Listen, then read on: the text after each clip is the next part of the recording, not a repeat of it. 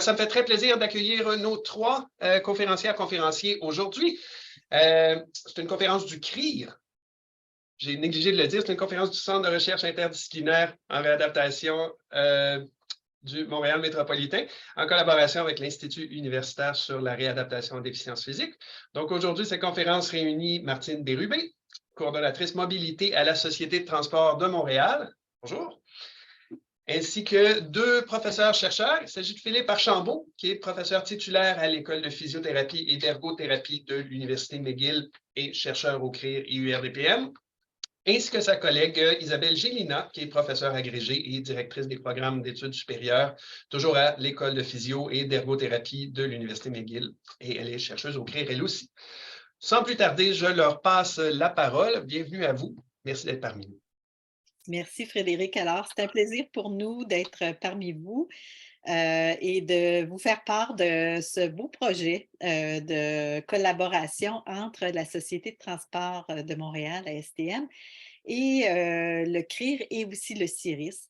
Alors, ce projet-là, c'est un projet qui a été fait en collaboration avec vraiment un groupe interdisciplinaire. Donc, on a des membres de différentes, des représentants de la STM Martine qui va vous présenter aussi le programme aujourd'hui, mais il y a aussi Mathilde Lebouet, je m'excuse, j'ai de la difficulté à le prononcer correctement, et aussi des chercheurs du CRIR, bon, Philippe et moi, mais aussi Claire Croteau, et des chercheurs du CIRIS à Québec, Normand Boucher et Jean-François Filiatro. Et on représente différentes disciplines, que ce soit l'ergothérapie, le travail social, l'orthophonie.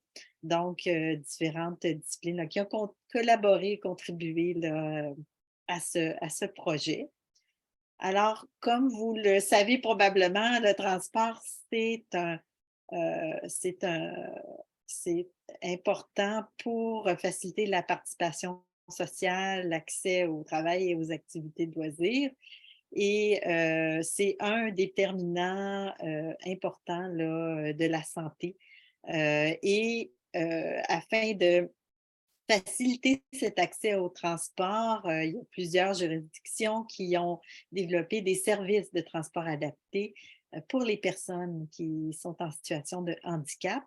Par contre, on l'entend souvent au niveau des clientèles qu'il y a différentes limites au niveau de ces services, quoiqu'elles sont fort appréciées et permettent justement un accès au transport.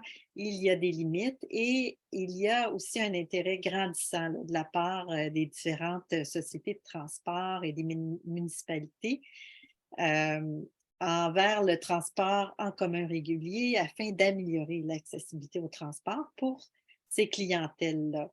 Et c'est ce qui a mené en particulier la Société de transport de Montréal à élaborer ou mettre sur pied un programme de formation. Et je vais laisser Martine continuer et vous présenter un peu plus d'informations sur le programme, et je reviendrai par la suite avec Philippe pour vous parler un peu plus de la recherche qui a été menée là, en collaboration. Merci Isabelle pour la belle introduction. Donc, Martine Bérubé, récemment en poste à la Société de transport de Montréal. Je reprends le relais de Mathilde qui a travaillé fort avec vous, en effet. Donc voilà, aujourd'hui, je viens vous présenter un peu où est-ce qu'on en est dans le programme, comment ça a évolué. On est bien content. Donc, Mobilité inclusive, on l'a appelé comme ça, notre programme. C'est vraiment un programme qui est destiné uniquement aux clients qui ont des limitations fonctionnelles. Donc, ce n'est pas ouvert à la population en général. Le programme, à terme, on vise 3 objectifs: la sécurité, l'autonomie et le confort des clients dans le réseau de transport régulier de la STM. C'est important de préciser que dans les participants qui font, dans le fond, le programme de subvention, de formation ne perdent pas leur droit au transport adapté de la STM. Donc, on ne dit pas enlève l'autre, c'est vraiment, le programme permet une option supplémentaire de transport, puis à terme, on espère que ça leur permette une meilleure autonomie. Donc, voilà pour cette page suivante. Merci. Donc, la clientèle visée, elle est évolutive et puis, dans le fond, on s'ajuste aussi. On est encore en train de l'affiner. Donc, on vise précisément la déficience motrice, le trouble du spectre de l'autisme, la déficience intellectuelle légère à modérée. On ne se rend pas à la déficience intellectuelle sévère puisqu'on ne pense pas qu'on peut arriver à atteindre la sécurité, l'autonomie et le confort. Et puis aussi les troubles du langage, ce qui fait qu'on ne s'adresse pas aux troubles cognitifs, les troubles graves de comportement ou des enjeux de santé mentale pour les mêmes raisons que les objectifs précédents. Par exemple, une anxiété paralysante ne permettrait pas une sécurité, un confort et une autonomie. On veut aussi adapter le contenu des formations éventuellement à la déficience auditive. Pour l'instant, on n'est pas encore là, mais c'est dans notre objectif d'y arriver. Et puis, la déficience visuelle, qu'on ne croit pas faire aujourd'hui, faire évoluer dans ce programme-là. Donc, voici pour la clientèle. Le parcours de l'apprenant, on l'appelle comme ça, il se décline de cette façon-là. Présentement, je travaille beaucoup avec les écoles pour aller recruter les clientèles de défis d'apprentissage, donc troubles du spectre de l'autisme, déficience intellectuelle, troubles du langage. Mais vous allez voir, en 2023, on veut élargir un peu nos lieux de recrutement. Et puis, on va aller jouer aussi dans la base de données du transport adapté, le milieu de la santé et même dans les entreprises. Donc, la façon que ça fonctionne, c'est que moi, je rencontre, par exemple, l'école, on évalue ensemble le profil de la mobilité et la capacité de la clientèle. L'objectif, c'est s'assurer que la sélection des participants correspond bien au profil qui est recherché pour le programme. Par la suite, on débute les formations théoriques en groupe, des groupes de 10 à 15 personnes, tout dépendant du profil de la clientèle. Et puis, on est vraiment clé en main, on arrive avec le matériel, le formateur, et puis on fait de 2 à 4 modules d'apprentissage. Allez voir à la page suivante de quoi on parle. Et puis, une fois que ces formations-là ont eu lieu, donc c'est entre 2 et 4 semaines, donc ça s'étale possiblement sur 1 mois, on jumelle chaque participant à l'intérieur de la cohorte à un entraînement qui est soit un employé de la STM ou un entraîneur externe qui a étudié justement en travail social, en ergothérapie, en psychologie. Donc, c'est vraiment des profils très pertinents pour faire des entraînements individuels avec chacun des participants. Et puis, on pratique avec eux le même trajet jusqu'à 4 semaines, une fois par semaine.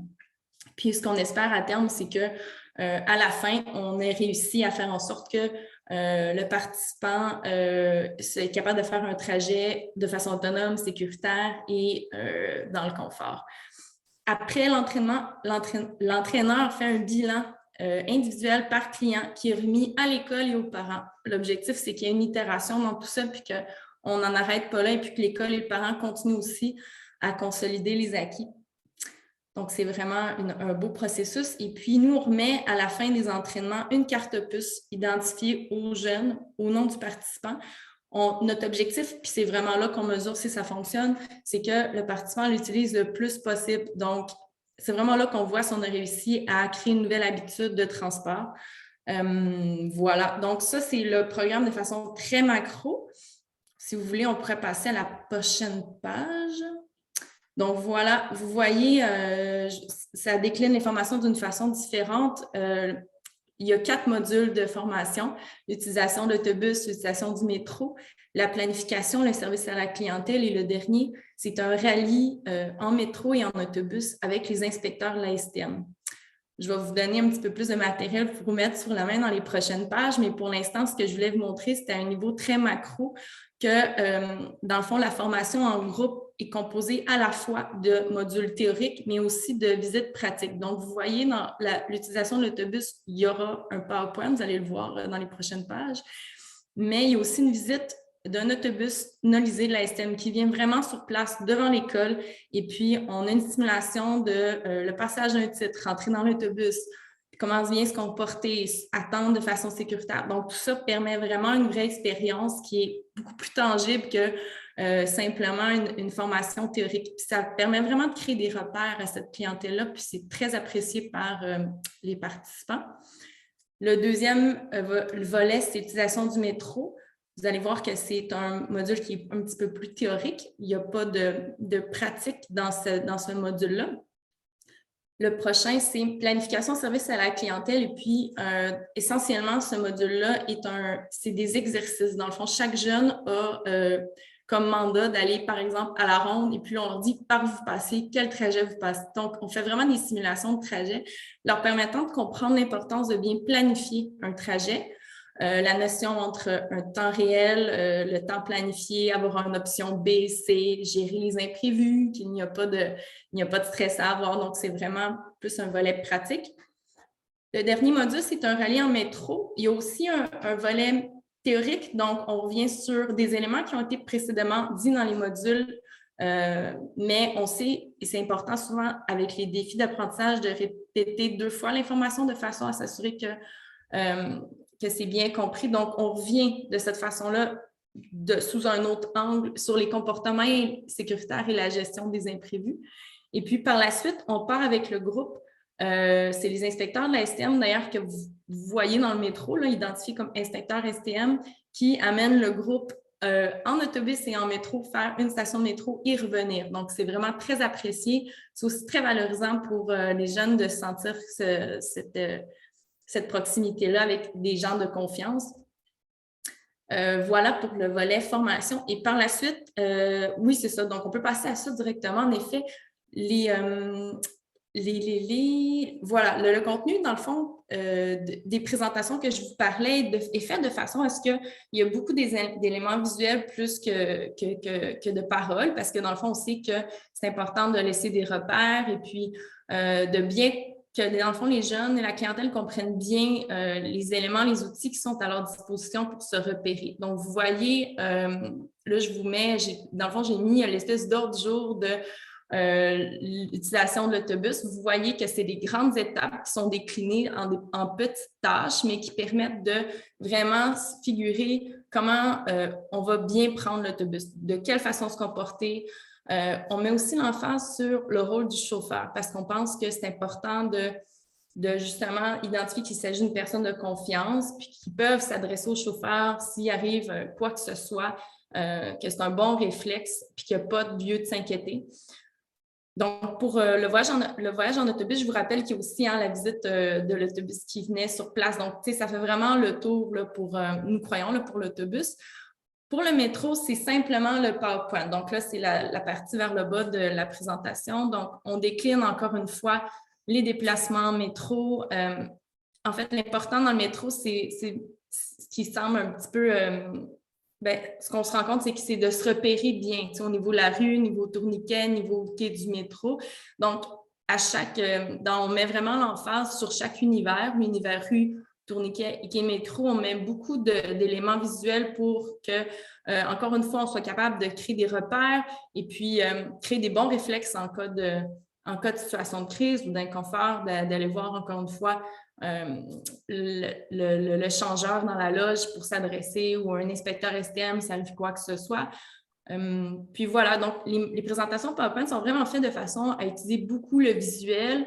Puis voilà, donc voici pour autobus et métro. Je vous inviterai à passer à la page suivante. Donc voilà, la partie du haut de la page, c'est le volet planification. Avant de commencer les exercices de trajet dont je vous parlais un petit peu plus tôt, exemple, on se rend à la ronde, par où on passe, tout ça, on revient quand même sur les outils qui sont disponibles pour bien planifier son trajet, notamment l'outil de planificateur de la STM qui permet de tout faire ces validations-là, puis aussi comment bien acheter son titre. On donne différents moyens, donc soit la distributrice, soit l'agent loge.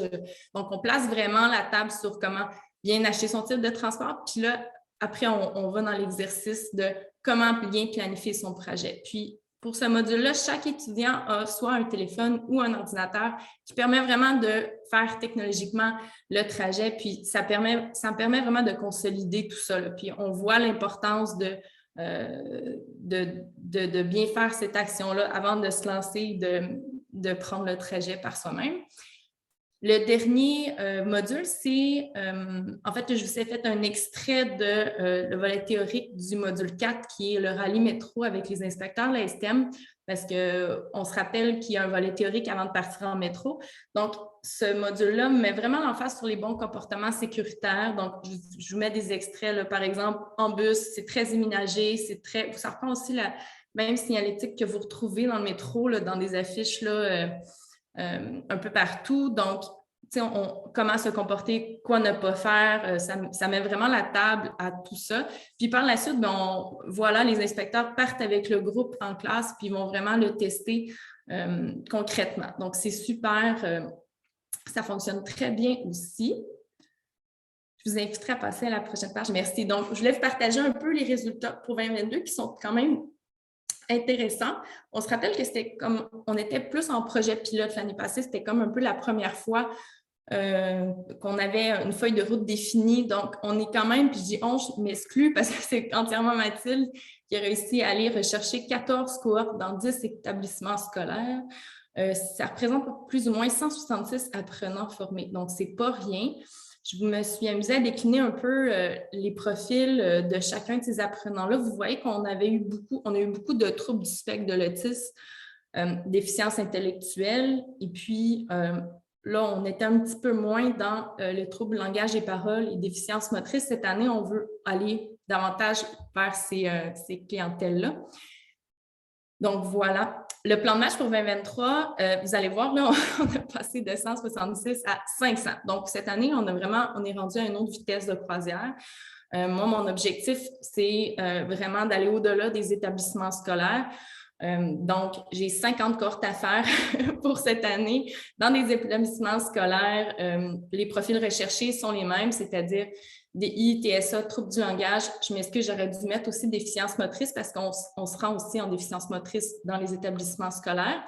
On élargit aussi le profil d'âge. Jusqu'à maintenant, on était spécifiquement dans les écoles secondaires, mais là, on rejoint maintenant les centres d'éducation pour adultes. Donc, notre clientèle, l'âge s'élargit de 12 à 21 ans. On veut aussi aller piger dans le transport adapté de la STM pour identifier les personnes qui potentiellement pourraient être intéressées par ce programme-là. Donc, on cherche la déficience motrice sans trouble cognitif. On recherche spécifiquement 18 à 44 ans parce qu'on croit que l'âge fait en sorte qu'ils n'ont pas encore développé une habitude trop marquée de prendre le transport adapté. Donc, on veut peut-être tenter de les faire revenir dans le réseau régulier. On veut aussi aller piger dans le milieu de la santé. On a des discussions avec différents CIUS dans différentes régions métropolitaines.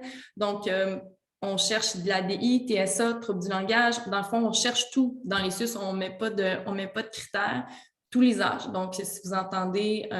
Si d'ailleurs vous voulez parler du programme, ça nous fera plaisir parce qu'on essaie de se faire des antennes dans ce réseau-là.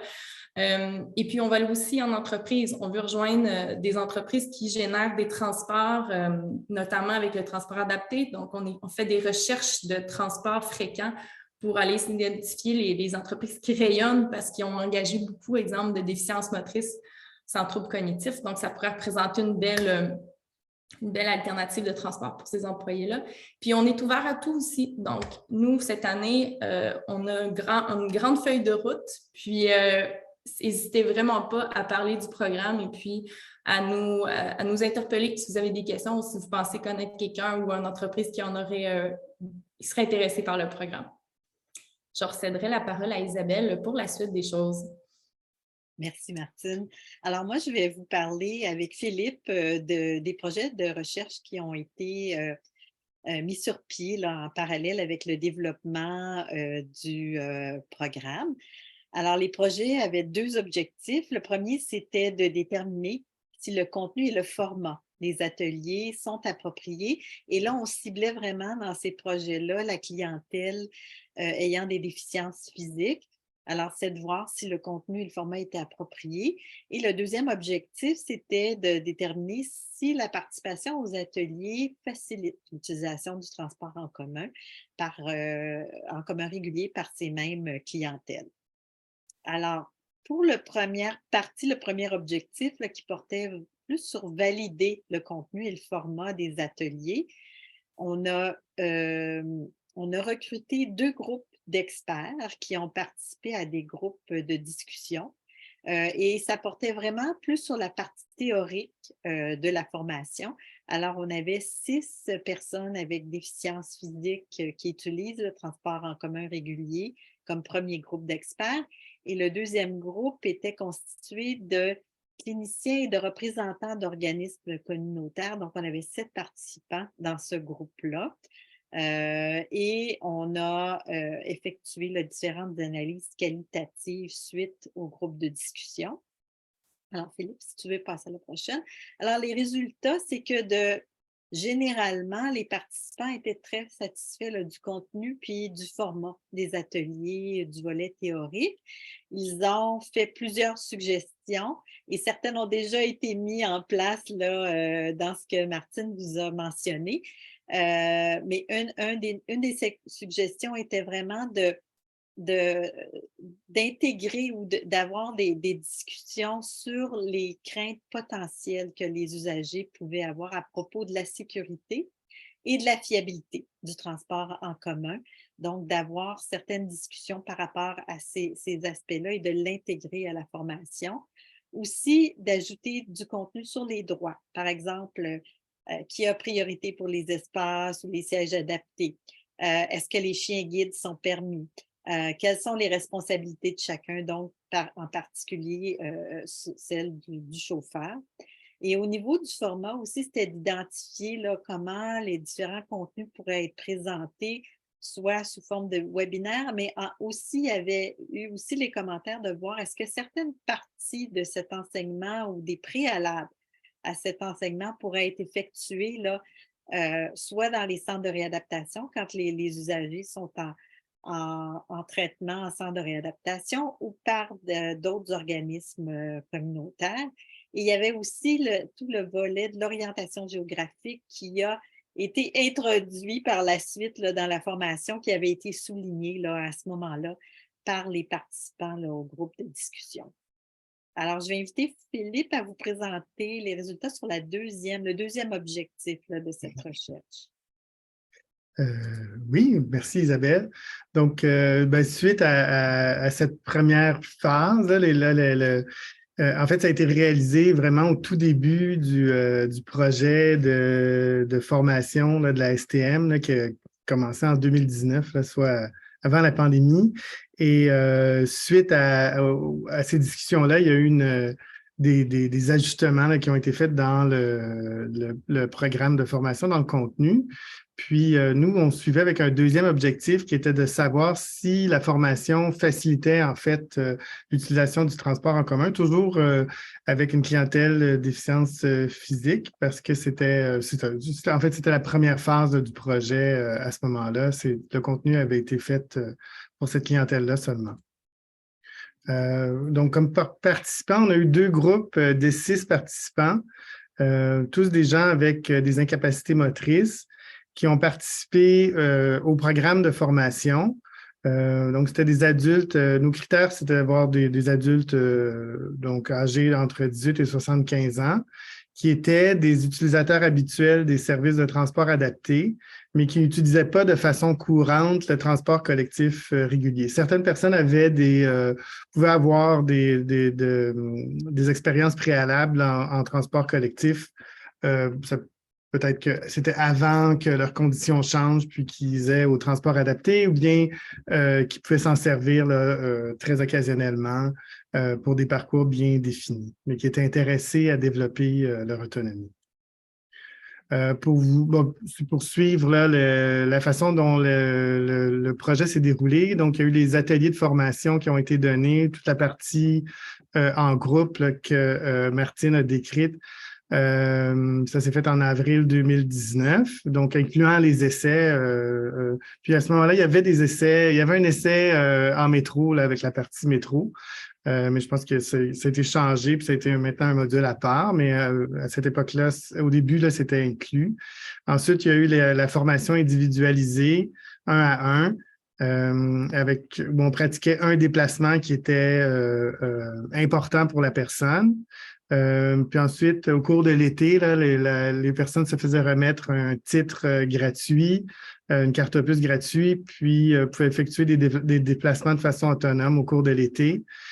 Puis nous, on a terminé avec des entrevues individuelles, là, 8 à 12 semaines, une fois l'entraînement individuel effectué. Alors, on a effectué donc une analyse thématique qualitative là, avec un devis qualitatif des entrevues à la fin du programme de formation. Et puis, on a relevé là, des facteurs personnels, des facteurs liés aussi aux habitudes de vie que vous pouvez voir ici sur les raisons qui poussaient les gens, qui pouvaient aider les gens à prendre le transport régulier ou qui pouvaient avoir des impacts là, négatifs, donc les facilitateurs puis les barrières à l'utilisation du transport en commun. Donc, parmi les facteurs personnels, ce qui a beaucoup été relevé par les participants, c'était la présence de fatigue qui pouvait donc limiter leur participation, leur utilisation du transport régulier. Les incapacités sensorielles, le fait d'avoir eu de l'expérience antérieure et la confiance en soi ou le manque de confiance en soi, donc ça agissait dans les deux sens. La même chose, la motivation là, pour l'utiliser ou le manque de motivation là, pouvait agir comme barrière.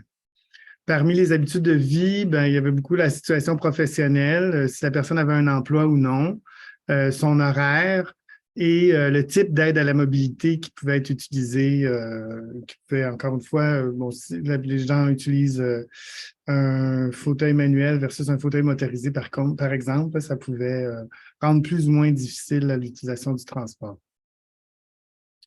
Il y a les facteurs environnementaux sont sortis très, très forts.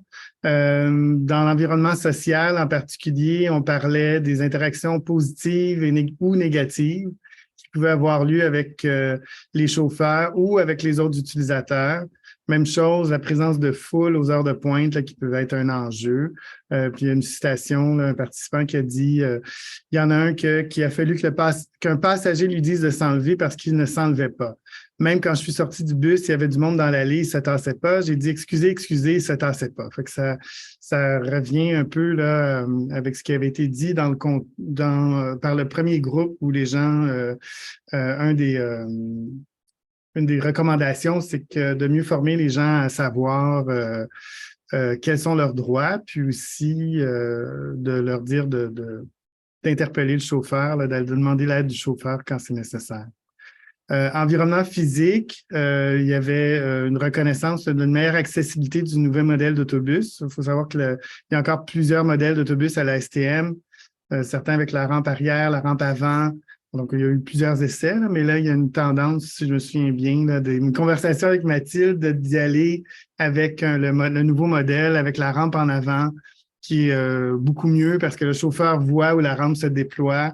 Les personnes en fauteuil peuvent faire la file à la même place que tout le monde, tandis que quand ils sont à la rampe arrière, il faut qu'ils passent derrière, il faut qu'ils aillent payer le titre, puis ensuite qu'ils retournent à leur place. Alors, ça facilite toute la manœuvre.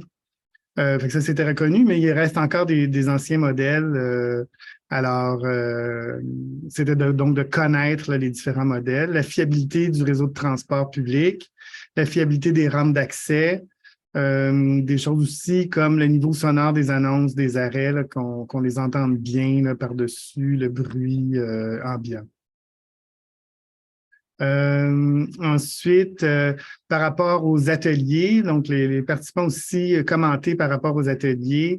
Ils ont beaucoup aimé l'aspect groupe, d'avoir des interactions avec les autres participants parce qu'ils pouvaient s'échanger des trucs, des stratégies. Les sessions de pratique ont été très, très appréciées. Puis le fait qu'il y ait différentes stratégies d'apprentissage qui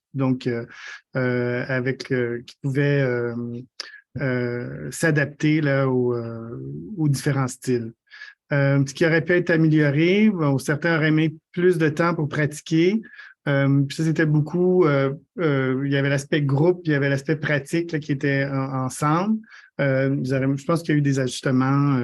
Il y avait peut-être beaucoup de contenu théorique, puis en tout cas, peut-être Martine le pourra commenter, là, mais je pense que ça a été changé aussi là, dans le ratio théorie-pratique.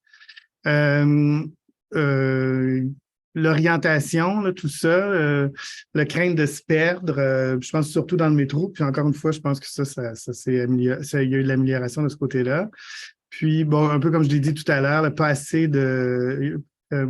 c'est en même temps que les gens ont beaucoup apprécié de pouvoir se pratiquer avec un autobus pour prendre leur temps. Ils avaient juste accès à un seul modèle, alors que dans leur vraie situation, on ne peut pas prédire lequel modèle va arriver. On peut les voir, mais si on n'est pas habitué, ça veut dire de laisser passer un autobus qui n'est pas du modèle avec lequel on se sent à l'aise pour espérer que le suivant le soit.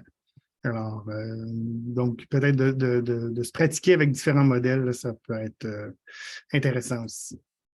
Au niveau de l'impact d'ateliers de formation, vraiment, il y a eu beaucoup de commentaires très positifs. Les gens ont noté, en fait, ça vient beaucoup rejoindre les buts du programme de formation. Les gens ont noté que ça améliorait leur autonomie, que ça leur donnait la possibilité de réaliser plus d'activités. On a des gens qui nous ont carrément dit que ça améliorait leur inclusion sociale, ça avait augmenté leur confiance, ça leur avait sauvé du temps. Puis vous pouvez voir là, les citations de quelques personnes, ça donne confiance. Ça va quand même donner confiance d'avoir de la formation. C'est sûr, un déplacement de dernière minute qui n'était pas prévu. C'est pas plus facile ou quand tu as oublié de faire une réservation au transport adapté. Aussi, c'est plus facile, oui, ou quand tu as oublié. Aussi, quand tu as un rendez-vous qui finit plus tôt, là, tu as aussi une deuxième option. Donc, ça met en lumière un peu les barrières là, du transport adapté qui est un service porte à porte, mais qui a des limitations. Il faut réserver à l'avance, puis il faut réserver ses heures aussi. Alors, si on a des changements, si on finit plus tôt, il faut attendre. Donc, ça donne plus de flexibilité, ce qui est le but là, du programme de formation. Une autre personne a dit, ça me permet de voir du monde aussi. Quand on prend le transport adapté, on est souvent tout seul ou avec d'autres personnes comme nous. On se sent plus comme tout le monde aussi. Je pense que c'est important. On est inclus dans la société. Voilà, c'est plus inclusif. Donc, voilà dans les propres mots de 3 personnes qui ont participé au projet. OK. Alors, pour conclure, peut-être, donc, si Isabelle ou Martine, vous avez d'autres commentaires. Alors, on a noté pour la première partie du projet que les experts qui avaient été consultés ont considéré que le format et le contenu des ateliers étaient appropriés pour des personnes en déficience physique. Ils ont suggéré certaines améliorations, par exemple, ajouter du contenu sur la planification des déplacements sur l'orientation. Et la formation elle-même, comme on l'a vu, a vraiment facilité l'utilisation du transport en commun régulier par les participants, qui ont aussi noté certaines améliorations possibles, mais aussi les bienfaits là, que leur a donné la formation. Je ne sais pas si... Isabelle ou Martine, vous avez d'autres commentaires à ce stade? Pour les prochaines étapes, alors, comme Martine l'a expliqué, il y a eu depuis, le programme de formation s'est étendu à d'autres clientèles, puis un projet de recherche sur l'efficacité de la formation pour la clientèle de déficience intellectuelle qui est en cours, là, qui est mené par Diane Morin, qui est éducation spécialisée à l'UQAM. Et ce projet-là est en voie d'être terminé, il devrait avoir là, des résultats assez bientôt. Ça a été, ça a commencé juste avant la pandémie. Il y a eu, il y a eu une interruption du programme, de la recherche, etc. Mais ça a repris, puis le programme lui-même là, a repris vraiment en force l'année passée. Et il y a aussi, ce qui est en tout cas très excitant, c'est une adaptation du programme de formation pour toutes les clientèles à tout le réseau de la RTM, c'est-à-dire la STM, le réseau de transport de Laval, le réseau de transport de Longueuil, la Société de transport de Laval, EXO, Et le REM, je ne suis pas trop sûr, on ne sait plus. Oui, OK. Bon, il voulait plus, il voulait. Ouais. Et avec un accompagnement par la recherche, donc Isabelle, moi, Diane Morin pour la clientèle DI, Claire Croteau, Normand, donc toute l'équipe va participer là, pour regarder. Dans ce projet-là, c'est mené par la STM là, pour développer le programme, mais il y a une adaptation pour chaque réseau qui est nécessaire. Il y a des différences dans les stations, dans les autobus, dans les règlements, dans l'environnement dont il faut tenir compte. Les trains avec Exo, les trains de banlieue, ça va être nouveau aussi. Voilà, le REM qui est supposé être très accessible. Qui va arriver aussi dans la partie, les transferts entre ces différents réseaux-là, les titres là, qui ont changé.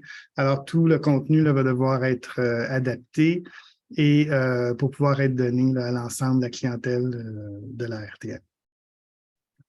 Je pense qu'il y a déjà une question, oui, c'est ça. Il y a Audrey Bernier qui demande, avez-vous une infographie du programme pour diffusion?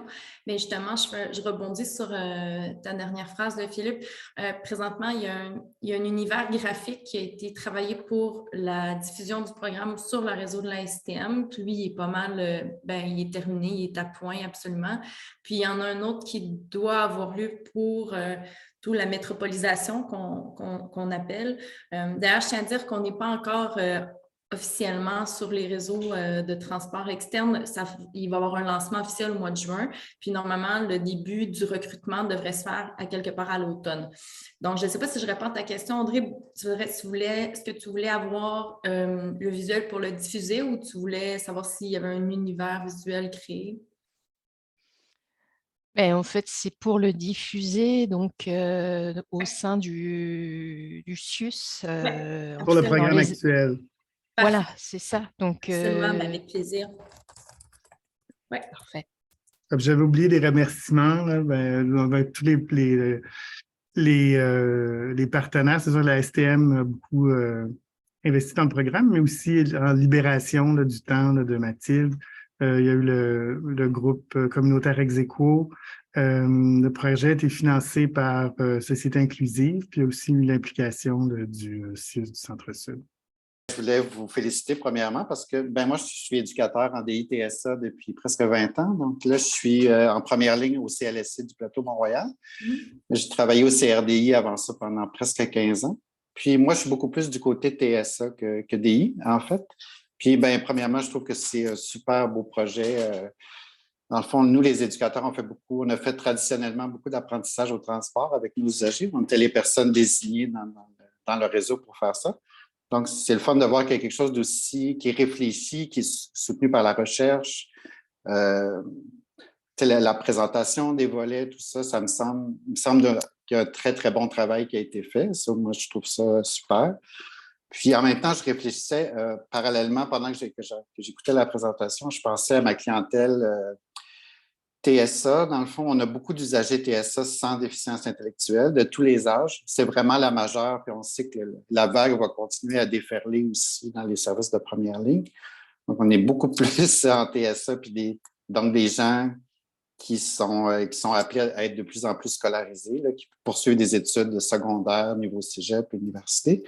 Mais en même temps, c'est une clientèle aussi qui a plein de particularités. Les traits TSA peuvent être plus ou moins forts ou marqués, comme ils peuvent être assez modérés, mais c'est une clientèle qui a beaucoup de particularités aussi. J'ai bien aimé l'exemple tantôt, on parlait des droits, justement. Mais tu sais, en TSA, il y a vraiment un des traits TSA, c'est qu'il y a une tendance à surappliquer la règle, dans le fond, puis à utiliser la règle, là, ça peut être une règle de droit, comme une espèce de laissez-passer universel. Je suis convaincu que dans certains cas, ça pourrait mener certaines personnes à dire « Tassez-vous, j'ai le droit de... » Faites place, là, c'est mon droit de prendre le transport en commun. Donc, il y a plusieurs particularités du TSA, par exemple, l'anxiété, le manque d'habileté sociale, les hyposensibilités, justement la difficulté à généraliser à partir de quelques exemples, de quelques situations. En passant, je trouve ça super qu'il y ait un volet pratique, là, puis je pense que commencé à comprendre l'importance de plus en plus que ça prenne au moins autant de place que le volet pratique. Ça, je trouve ça super. Dans le fond, je me demande, je trouve que c'est une très belle initiative qui est assez généraliste parce que votre clientèle parce que vous visez assez large au niveau de la clientèle. Puis moi, je me demandais de quelle façon on pourrait... est-ce qu'on a quand même besoin d'un support de première ligne, mettons, pour compléter cet apprentissage-là? Parce que à cause des particularités cliniques, dans le fond, de cette clientèle-là. Je n'ai pas de réponse à ça, c'était juste une réflexion parallèlement. Voilà, mais sinon, je trouve ça super. Puis, effectivement, ça, juste en TSA, mais les gens sont avec du soutien. Ça, c'est une forme de soutien, ils vont être appelés à être, aller aux études plus longtemps, aller vers le marché du travail, vivre en appartement. Puis on est au début d'une vague là, qui va se poursuivre là, pendant au moins 20 ans, si ce n'est pas plus. Là. Donc, il faut que les services sociaux puis les services publics s'ajustent à ça aussi. Mm-hmm. Voilà. Est-ce que Martine, tu voulais répondre? Oui, bien en fait, je trouve ça super intéressant. Je te remercie beaucoup pour ton commentaire, ton intervention.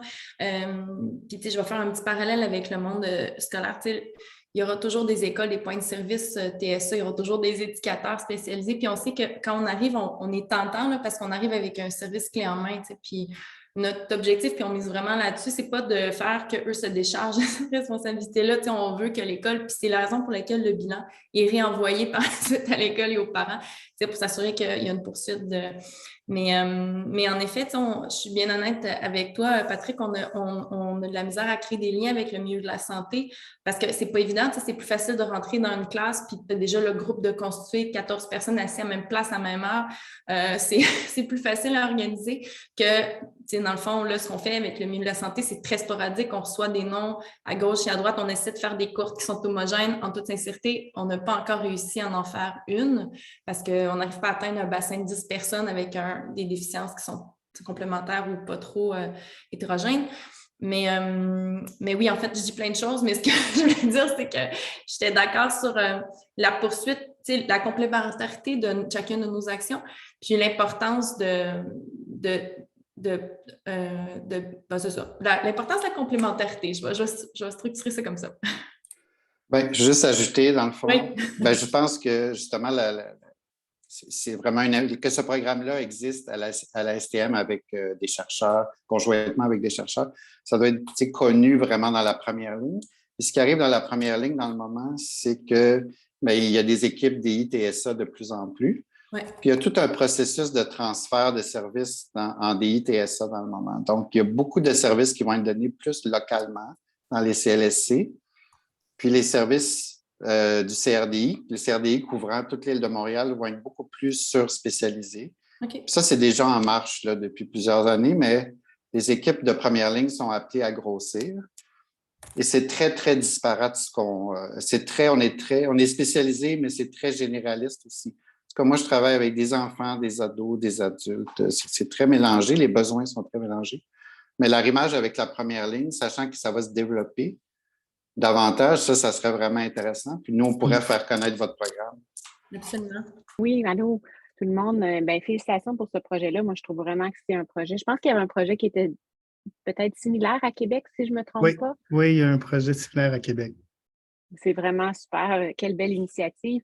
Je me demandais, moi, je travaille aussi avec des parents en situation de handicap, donc qui ont des déficiences physiques, motrices, puis qui ont de la difficulté à utiliser le transport adapté. Alors, je trouve que l'idée de rapatrier de la clientèle vers le transport régulier, comme ces parents-là vivent beaucoup de difficultés de terrain à l'utilisation du transport adapté avec un enfant, je me demandais s'il y aurait un intérêt ou s'il y a un volet de votre formation qui pourrait s'adresser à des parents qui veulent réintégrer le transport régulier puis qui ont des besoins en lien avec le fait qu'ils se déplacent avec un enfant de moins de 5 ans, par exemple.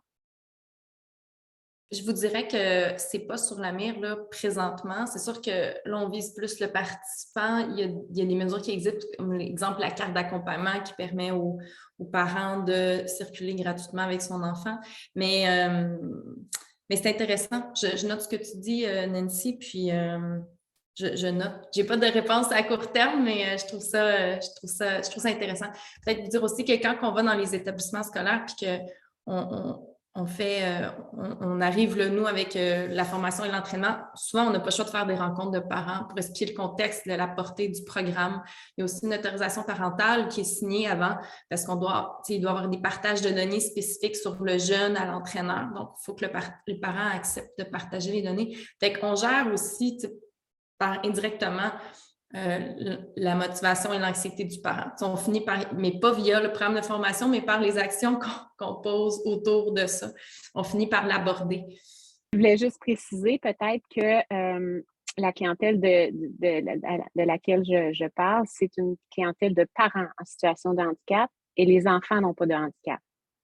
Alors, c'est le parent qui se déplace avec un enfant, et donc qui a besoin du transport adapté, mais qui pourrait avoir avantage à revenir vers le transport régulier.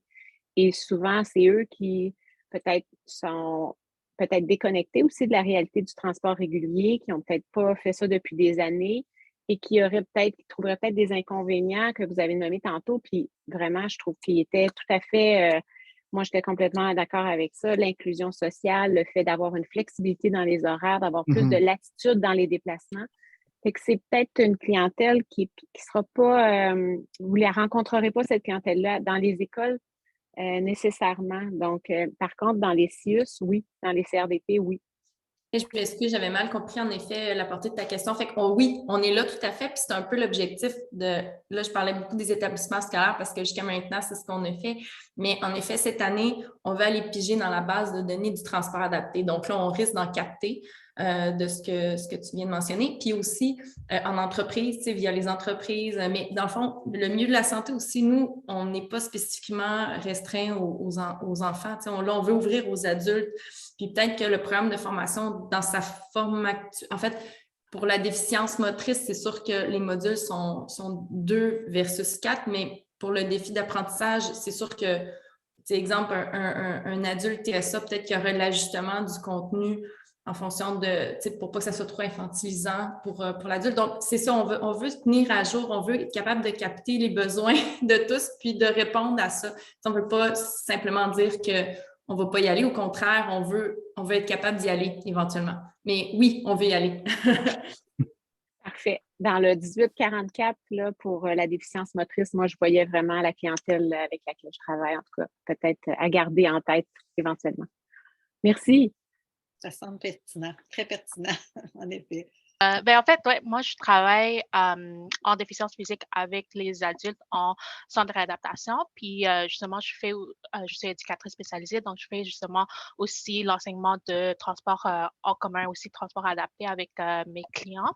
Puis, moi, ça a été nommé pendant la présentation que, tu sais, comme quelqu'un qui dit de faire de l'espace, de se tasser, puis justement, le monde les écoute pas, puis tout ça. Puis, je trouve que c'est quand même une grande partie de quand je fais l'enseignement que souvent c'est plus les autres personnes autour d'eux ou même des fois même avec les chauffeurs parce qu'on a aussi des déficiences physiques qui sont pas visibles. Donc, tu sais, ça se peut que la personne a de la difficulté de monter cette marche-là pour monter dans l'autobus puis tout ça. Puis pas tous les chauffeurs peuvent, ils sont comme rapides à comme, tu sais, descendre l'autobus un petit peu pour faciliter de monter puis tout ça. Est-ce qu'il y a un plan d'avoir aussi, tu sais, une formation pour les chauffeurs, puis ou peut-être avoir comme, tu sais, un système ou une annonce pour comme, tu sais, le public soit plus aussi conscient que tu sais, on peut avoir des personnes en mobilité réduite, mais pas visibles, ou des personnes justement comme, tu sais, s'ils ont un DO, un TSA, ça non plus, c'est pas visible. Puis, tu sais, ça peut être difficile aussi pour quelqu'un qui a des difficultés de langage. Alors, tu sais, de communiquer aussi avec le chauffeur pour leur dire comme, tu sais, est-ce que vous pouvez descendre l'autobus un petit peu, puis tout ça, parce que c'est aussi une autre réalité que soit on a beaucoup de clients qui ont beaucoup d'anxiété, puis ça a été aussi adressé pendant la présentation, mais aussi des clients qui peuvent avoir comme par exemple une aphasie, puis ça fait aussi qu'il y a une difficulté de ce côté-là, puis c'est juste plus facile pour eux de prendre le transport adapté dans ce cas-là parce qu'ils n'ont pas tous ces aspects-là, puis en prenant le transport adapté, ben, ils savent déjà que cette personne-là a une difficulté Alors, je ne sais pas si c'est quelque chose que vous regardez aussi. Je sais qu'au niveau de la STM, il y a un sérieux plan de formation des employés, en effet, de première ligne. Puis en bout de ligne, via le programme aussi, il y en a de plus en plus de jeunes, d'adultes qui utilisent le transport lié. Puis c'est intéressant ce que tu dis, la notion d'identification, qu'on se fait souvent poser la question, puis on se pose aussi la question à l'interne. On ne veut pas stigmatiser non plus personne. Donc, il y a comme une limite entre l'identification puis répondre aux besoins, mais c'est super intéressant. Puis, je parlais avec une école récemment qui, l'éducateur me disait qu'il a fait lui-même des petits cartons qu'il a distribués à ses étudiants, puis qui me disait, bien, en cas de crise, tu donnes ça à une personne de confiance, puis c'est ton diagnostic, mon numéro de téléphone, moi, à l'enseignant, il est dessus. Donc, pour l'instant, il y a des petites choses comme ça, mais c'est sûr que c'est une question qui est sensible, puis, mais on se la pose, puis on se demande comment intervenir de la meilleure façon. Pour l'instant, je vous dirais que la responsabilité, puis dans la formation, on le transfère beaucoup sur la responsabilisation du client. Donc, d'affirmer ses besoins, de ne pas être gêné de demander la place. C'est sûr que c'est peut-être plus facile avec un adulte qu'un jeune de 12 ans. C'est sûr qu'il y a tout ça aussi là, qui est à travailler.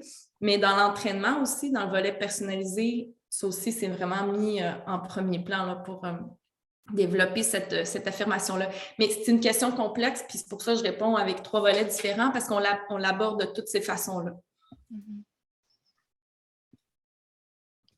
Peut-être ajouter, je sais qu'on avait eu des communications aussi avec Mathilde, avec l'idée, mais ça, c'est peut-être à un autre niveau, de faire des capsules justement pour la population en général, là, afin de justement communiquer puis éduquer, si on veut, là, en termes de...